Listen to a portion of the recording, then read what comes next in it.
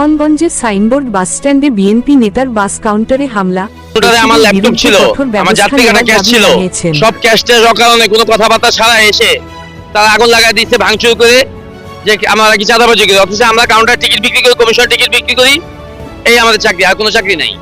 ভাঙচুর ও অগ্নিসংযোগের ঘটনা ঘটেছে শনিবার 20শে ডিসেম্বর বিকাল 5টার দিকে বিএনপি নেতা এম এ সামাদ সোহাগের মালিকানাধীন একটি বাস কাউন্টারে হামলা চালায় দুর্বৃত্তরা। প্রত্যক্ষদর্শীদের দাবি, আওয়ামী লীগের দোসর হিসেবে পরিচিত মোহাম্মদ ফারুক ও আখিনুরের নেতৃত্বে হামলাকারীরা কাউন্টারটি ভাঙচুর করে প্রায় 2 লক্ষ টাকার মালামাল লুট করে এবং পরে আগুন ধরিয়ে দেয়।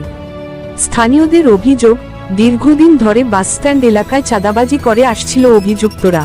চাঁদা দিতে অস্বীকৃতি জানানোয় পরিকল্পিতভাবে এই হামলা চালানো হয়।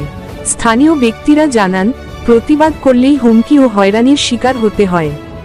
ঘটনার পর বাসস্ট্যান্ডের ব্যবসায়ী ও স্থানীয়রা দ্রুত। আমি একজন পরিবহন ব্যবসায়ী। আমার পরিবহনের কাউন্টার ছিল আলবারাকা এসালম মডার্ন, সেন্ট মার্টিন পরিবহন এবং আরো কয়েকটা কাউন্টার মিলিয়ে আমার ওই কাউন্টারটা ছিল। তো এখানে কিছু আওয়ামী দোসর এবং কিছু লোক এসে প্রায় 50 থেকে 60 জনের একজন গ্রুপ এসে আমার কাউন্টারে অতর্কিত হামলা দেয়। তো এখানে আমাদের হামলা দেওয়ার পরে আমার এখানে অনেক যাত্রীর মালামাল ছিল, আমার কাউন্টারের অনেক ডিভাইস ছিল,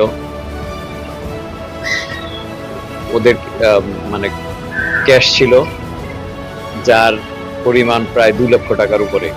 তো এগুলো আমার উদ্ধার করতে পারি নাই, ওরা এসে সব ভাঙচুর করে একসাথে। ফলশ্রুতিতে আমি আসলে প্রশাসনের কাছে বিচার চাই, আমার সুষ্ঠু বিচার হোক, সুষ্ঠু বিচার চাই প্রশাসনের কাছে আমি এ ব্যাপারে। আমি একজন জাতীয়তাবাদী জিয়ার সৈনিক দলের একজন কাণ্ডারি, দক্ষিণের সভাপতি আমি। তো এরা ওই রাগ বশবর্ত হয়েই আমার কাউন্টারের উপরে হামলা করছে। জি, আমাকে চাঁদা দেওয়ার জন্য বলছে, চাঁদা দিতে পারিনি এবং হুমকি দিয়ে গেছে যাতে এখানে আমরা না করি। তারা এই চাঁদাবাজিগুলো করতে চাচ্ছে পরে।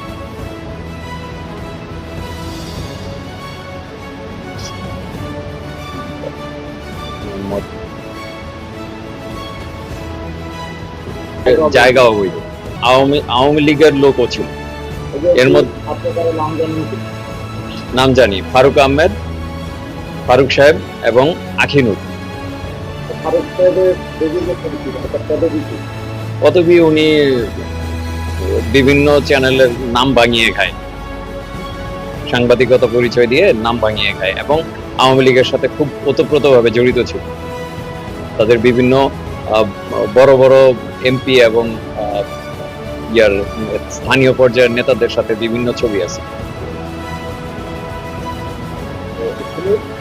আখিনুর 5ই আগস্টে তার মামলা ছিল, ওই মামলায় সে অ্যারেস্ট হয়েছে বন্দর থানায়।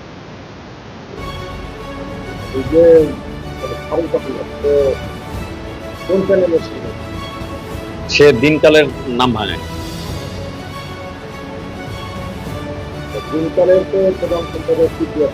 জি,